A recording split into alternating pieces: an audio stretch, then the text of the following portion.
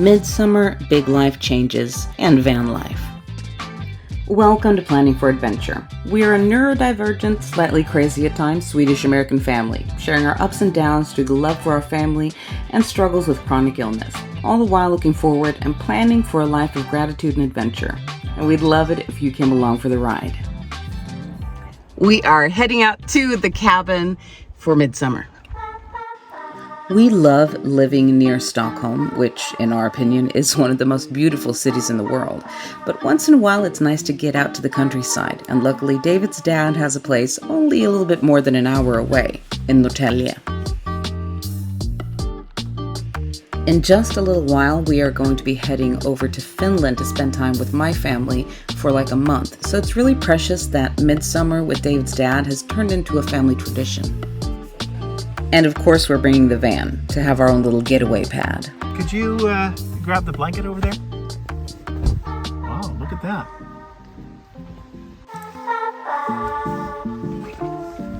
Wow, I love it. Look at that. Aww. Did you pull there? Yep. I had hoped that it was going to cover the whole bed, but almost.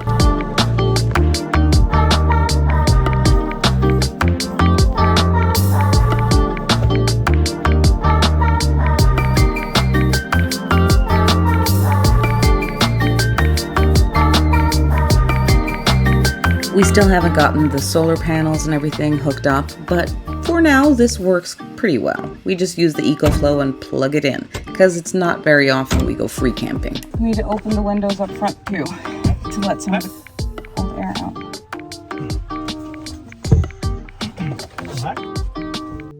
And of course I don't go anywhere without my brain, my journal, and stuff to write on. I have to say that I am totally in love with the spotlights that we got. I mean, granted, they aren't the fanciest, prettiest things in the world, but they work much better than I thought that they would. And you don't really get anything easier than just sticky stickies. Thank you, Amazon, for easy solutions. Seriously. Although this time of year, like, we don't really need the light all that much, but it's still nice, and it's going to be great in winter. So we just got out to the cabin, and it is Midsummer tomorrow. I think the actual solstice is today, so the longest day of the year. It is like 10:30, I think, or something like that now, and the sun has still not properly set. Like, it's still light outside, but tomorrow is the official celebration where we all go down to the meadow and dance around the pole. Not that kind of pole. It's you know what, I'm not even gonna go into the history of the Midsummer pole. You'll have to Google that yourselves.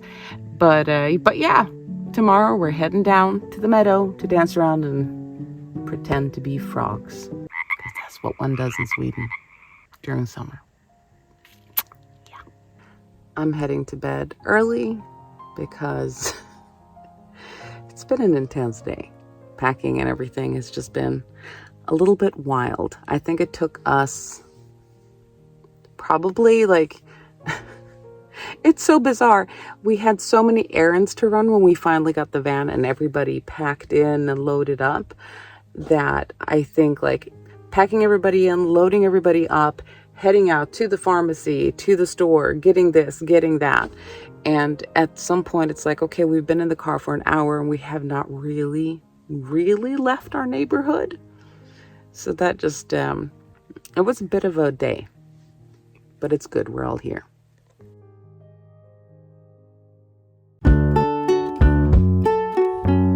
I just woke up a little while ago.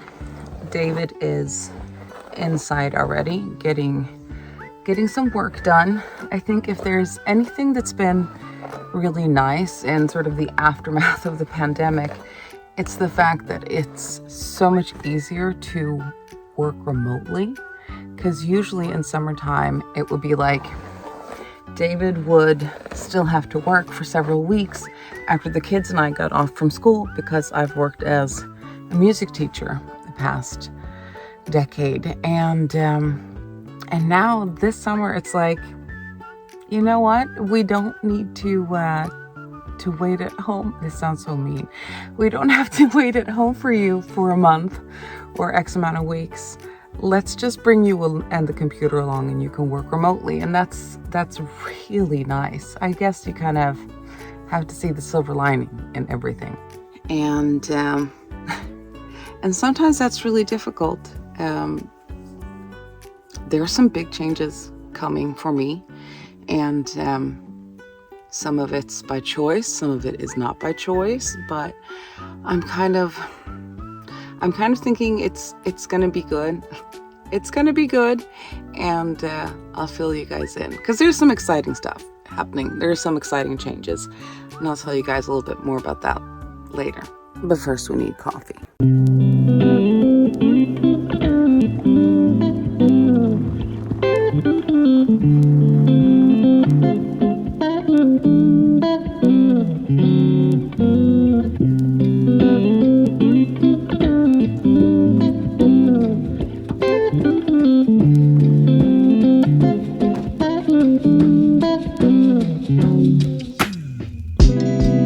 Lately, I have been trying to take my healthy eating more serious. So we're going to be doing some good protein with eggs and some blueberries and toast.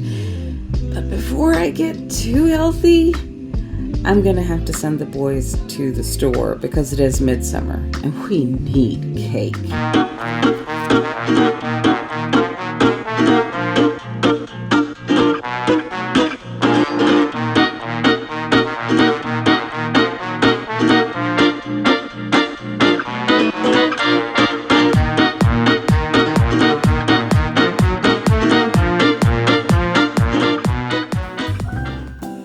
Not everybody's awake at 2 p.m. though, because certain individuals in this family have kind of been pulling all-nighters gaming. There's been a lot of debating how much milk goes into the vanilla cream, how much milk should you not have, how thick should it be, and what should be in the cake, because we are a neurodivergent family and people have different things they like and different things they will not eat. Everybody has different opinions on how to make the cake. So the thought process is vanilla in the base, vanilla cream, and then we got another layer of cake, and then we're gonna do strawberries that are mashed up. Elliot does not like strawberries, so we're gonna do a part of it Nutella.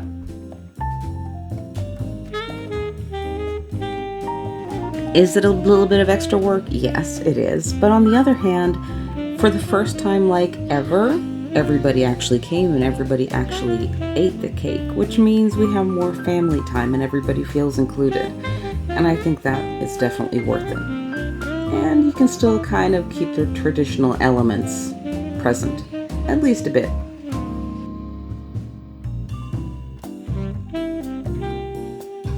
So strawberry and whipped cream cake is a very typical Swedish midsummer tradition. Strawberries on yours? Yeah. Vill du ha spoon eller fork?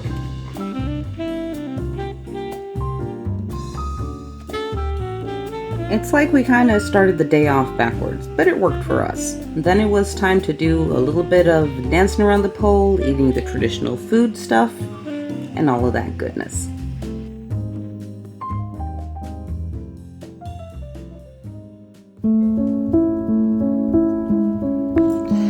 This last month has been nuts. It's been really intense. I mean, the last week's month of a school year is always a little bit wild with grading and all of those things. But it's been a special one for me too, because this is my last end of school year as a teacher. So it's the last time I've done grades for students. And that's a little bit scary, a little bit sad. But I think it's the right choice moving forward. It's been 8 years of teaching as a music teacher for me, and I've loved it. I love the kids, I love teaching, but my health has been getting worse throughout this time, and it is a very intense job. I don't think everybody necessarily gets all the, there's the physical aspect, but there's also the emotional aspect.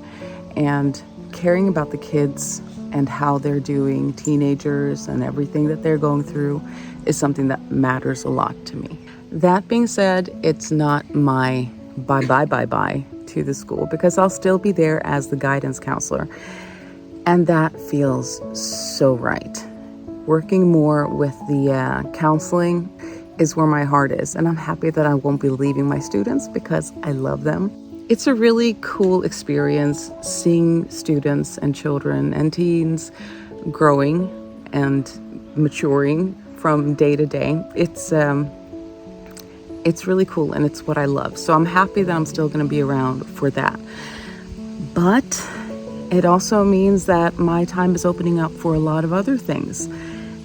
And I need to make sure to keep a balance that is good for my health and give myself a chance to heal and get better and get stronger and do what's best for me and the family. Is it scary? Yes, it's very scary. Kind of having a bit of a freak out this past week because I don't know exactly what to expect from the fall. But I think it's going to be exciting. I think it's going to be fun.